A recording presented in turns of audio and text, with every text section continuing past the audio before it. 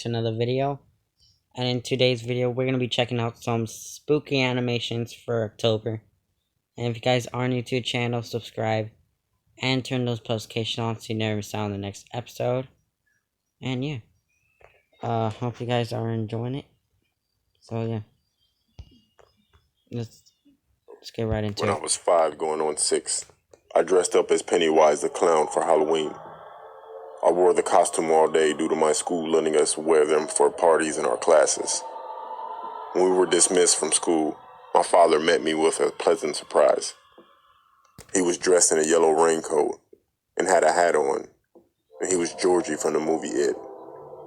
He held my hand as we went to the car, then we drove home. A few hours go by, and my father took me out to go trick-or-treating because my mother wasn't feeling too well. The night went on as scheduled, kids bombarding doors for candy, teenagers scaring each other, and parents losing their kids. Everyone loved our costumes. Again, I was Pennywise the Clown and he was Georgie from the 1990 It. My father held my hand in between each house and waited at the end of each driveway. One house took longer than others, and I remember that I was very anxious. Once I received my candy, I remember that there were more people than usual, and I had to run through a crowd to get to my father. I reached him, held his hand, and off we went, but it was the opposite direction of where we initially were going. I didn't think anything of it because of how young I was. We went down one of the dark back streets where our garbage was picked up for some reason, and we were walking unusually fast. I remember that I said, "Daddy," but my father started moving faster, didn't answer me. Then all of a sudden, I heard my name yelled out from about 25 yards behind us, and it was my father's voice. I looked back and it was my father. Join drivers. I looked up at the these person ads. that I was walking with, and he had on the same costume as my dad, but when I looked closer, I noticed it wasn't him. I looked at my dad and yelled out to him. The man then let me go, and as soon as he saw my father, he started running, and my father was running full speed at us. The man took off down the alley, then through a backyard. My father reached me, he was out of breath while he was hugging and kissing me, also asking me if I was okay. My father called the cops and explained to them that he lost track of me in a huge crowd at one of the houses, and that there was some sick guy roaming our neighborhood. Once we got home, he told my mother everything that happened.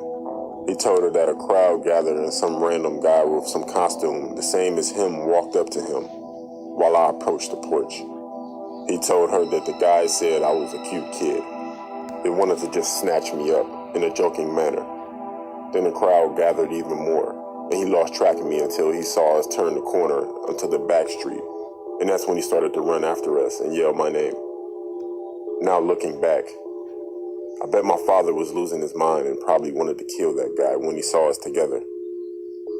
Till this day, I'm grateful that my father found us when he did, because who knows what would have happened to me.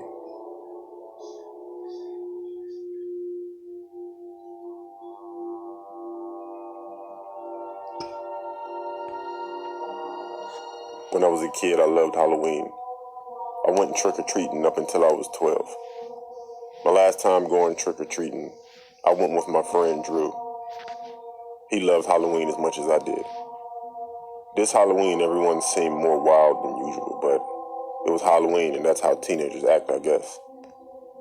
We went to a house that had a flashlight lit on the front porch, but no candy. We noticed that everyone stopped at the end of the walkway. They kept walking past the house once they noticed that there wasn't any candy. Not us. I told Drew we should check it out. Or we should just let these people know to turn their light off because it's confusing people. Approaching the house, we noticed that none of the lights were on in the house. As Drew was saying, "If you vape," one of the front windows raised just a little bit, and the blinds moved back about an inch. Drew put his hand down, and the both of us looked at the window. Then the voice said, "Hey, just come in for the candy." The door opened a bit, and by surprise, Drew walked in like a dummy. I asked him why he was going in, and he said, "I want some candy." As he turned to answer me, someone put their hands on his mouth. I immediately ran forward to help him, then I heard multiple voices yelling, "Grab him." The door shut. I could hear wrestling sounds. Drew was fighting these guys. I started yelling, screaming, and banging on the door, but I couldn't get in. I didn't have a cell phone, so I ran down the street asking people to help, and that my friend was in trouble. Man, this guy running fast. Everyone laughed and were telling me that they're not falling for it. I got a block away and I ran into a police officer. I told him what was going on, but he was very skeptical due to it being Halloween. He put me in his car, and I showed him where the house was. As we were pulling up to the house, I saw my friend's body on the front lawn with people just walking past. I started yelling and screaming to the cop that it was my friend and he needs the help. The police officer believed me once we got up to my friend. He was bloody. Luckily, he was alive, but those guys beat him pretty badly. Then they dropped his body and left. The police officer told us that the house was abandoned, and that's why we didn't notice any lights on. My friend is pretty much scarred for life, especially being that people were walking past him as if he were a Halloween ornament and laughing. But luckily, that cop listened to me. And honestly, I haven't celebrated Halloween since.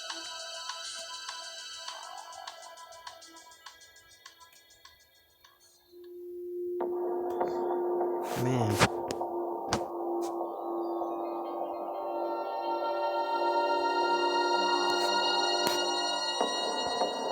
This all happened 28 years ago, when I was 8 years old. My mother and my father would often take me to visit my grandparents for Halloween. My aunt lived 2 houses down from my grandparents, and I could go trick-or-treating with my cousins.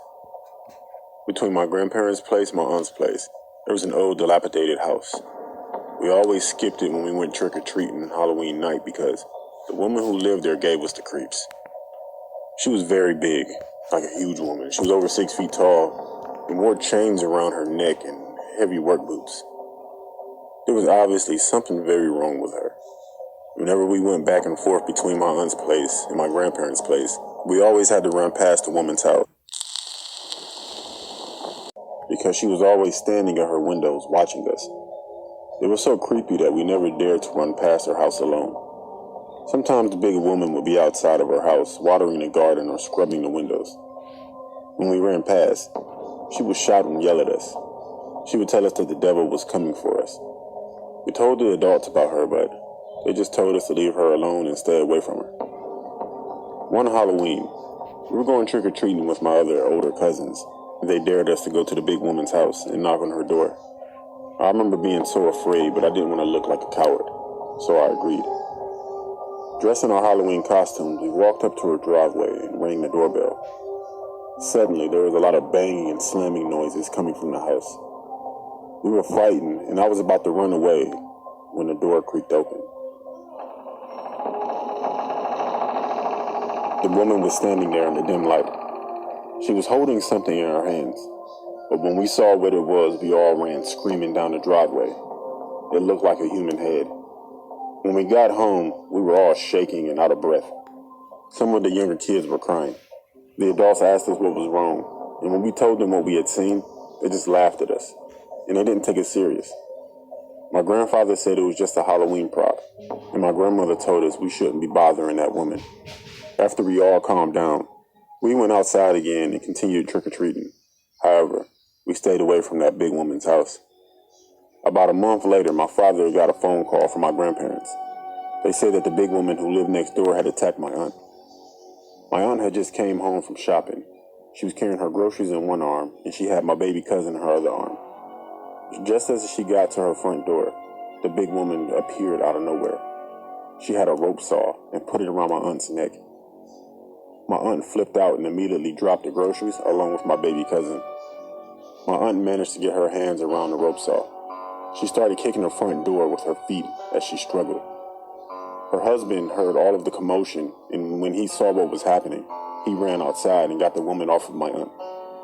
My aunt survived the attack, but it left her with scars on her hands, along with scars across the front of her neck.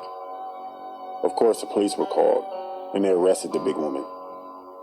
When they searched her house, they found something that shocked everybody in the area. The woman had been digging tunnels under her home, which came up under my aunt's house, my grandparents' house, and another neighbor's house. She had been bringing the dirt up and putting it in her flower beds in her garden. But that wasn't all.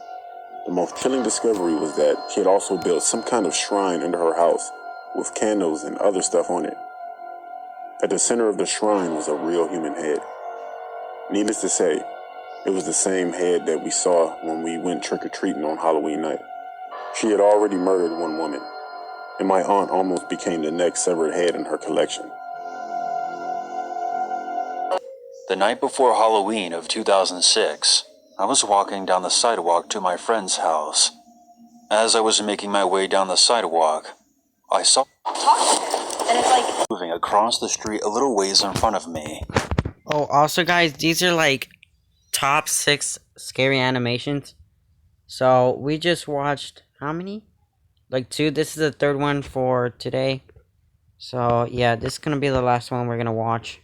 So stay tuned. And also, I got the game Among Us, so stay tuned for those videos and more reaction videos. Alright. I wasn't too familiar with the Halloween movies at the time, but I did recognize the Michael Myers mask as I watched the figure walk into the front yard of a house that was on the other side of the street. It then stopped, looked in my direction, and then turned and kept walking across the front yard. I was more weirded out than afraid. I figured this guy had to have been someone who lived there and was playing a practical joke on someone. I continued to my friend's house and eventually forgot all about it. The next morning, I was waiting for the school bus to come to pick up me and my sister. It was still pretty early, and the morning fog was rising up from the grass, and the frost was slowly melting off the windshields of some nearby parked cars. I was just wandering up and down the sidewalk when I saw the Michael Myers guy again. This time he was directly across the road, standing between 2 garages and looking my way. I pointed him out to my sister, but he was standing so still that she assumed that he was some kind of Halloween decoration. I was tempted to call out to him, but I decided against it. And even in my 12-year-old mind, I felt genuine alarm that an adult could walk around with a mask on this early and stare at someone else's children. It wasn't until I was on the bus that the figure finally moved. I tried to point him out to my sister, but the bus was already moving, and he was out of sight. That night was Halloween, and my sister and I went out dressed as Ash and Misty, and my father accompanied us, occasionally saying, "Pikachu," in a really loud, squeaky voice when other people were close by to embarrass us. It wasn't until we were on our way home that I saw the Michael Myers guy again. He was walking down the side of the road behind us. Other people were walking by him without even reacting. I tried to point him out to my father, but he barely looked twice at the figure. When we got home, I watched from my bedroom as the figure stood outside our front lawn. He waited there for a few minutes before disappearing around the side of our house. Now I was starting to get nervous. I asked my dad if one of his friends was messing with us, and I begged him to take a look outside. But he came back a minute later with a completely carefree attitude, stating that there was no one there.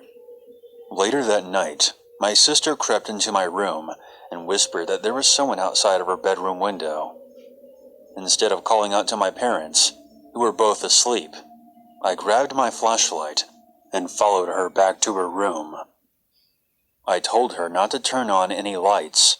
When we got to the window, I turned on the flashlight and shone the beam directly into the face of Michael Myers, who was standing directly outside peering through the window. His hands were cupped against his eyes to help him see inside. When the light hit him, you would think that he would have bolted, but instead he remained motionless. He opened his hands and slapped the window hard enough to knock a framed picture off the wall. I screamed like I was being eaten by a shark. The figure then put his right index finger up to the lips of his mask, as if telling me to shush. He then vanished into the darkness. My father then burst into the room, and we both started crying as we told him what we saw. The cops were called, but they took their time getting there. Obviously not very— I thought vaping could be a stress relief. anything other than a Halloween prank. Don't mind the ads. Had I not seen the stranger before that night, you guys can I may have believed that. Skip it. The neighborhood was searched, but no one wearing a Michael Myers mask was found. A few weeks later, I had come down with a cold and was staying home from school. My sister waited alone at the bus stop that day. While she was there, someone tried to pull up next to her in a white van and tried to convince her to climb in. She sprinted back to the house and told my mom. I'm not sure if this connects to the man in the Michael Myers mask, but something tells me that it does.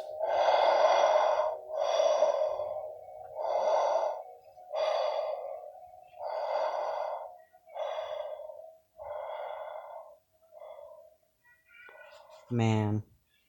I think for any American teenager, starting high school has to be... Alright guys, that was the third one. Thank you guys so much for watching. If you guys did enjoy this episode, make sure to like, subscribe, and turn those notifications on so you never miss out in the next episode. And I'm going to be calling you guys the Yaboi Nation, or Yaboi Nation. That's gonna, yeah. So, stay tuned for that one. And, yeah. Good. Bye. More videos coming out tomorrow. Goodbye.